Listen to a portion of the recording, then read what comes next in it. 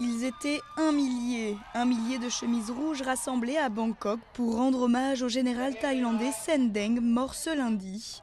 Touché jeudi dernier d'une balle dans la tête, cet homme de 58 ans est devenu un héros des chemises rouges. Considéré comme un allié de Thaksin Shinawatra, l'ancien Premier ministre en exil, il avait été suspendu par l'armée en janvier dernier.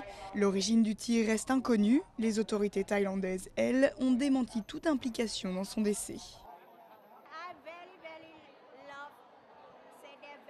J'aimais beaucoup Sen Deng, c'était un bon soldat, vraiment très bon.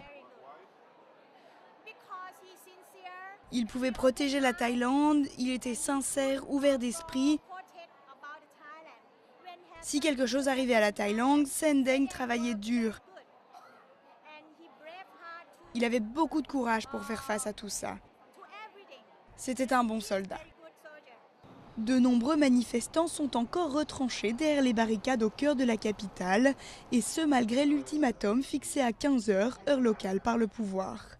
L'armée avait menacé de mener l'assaut en cas de résistance. Elle ne l'a pas fait pour l'instant.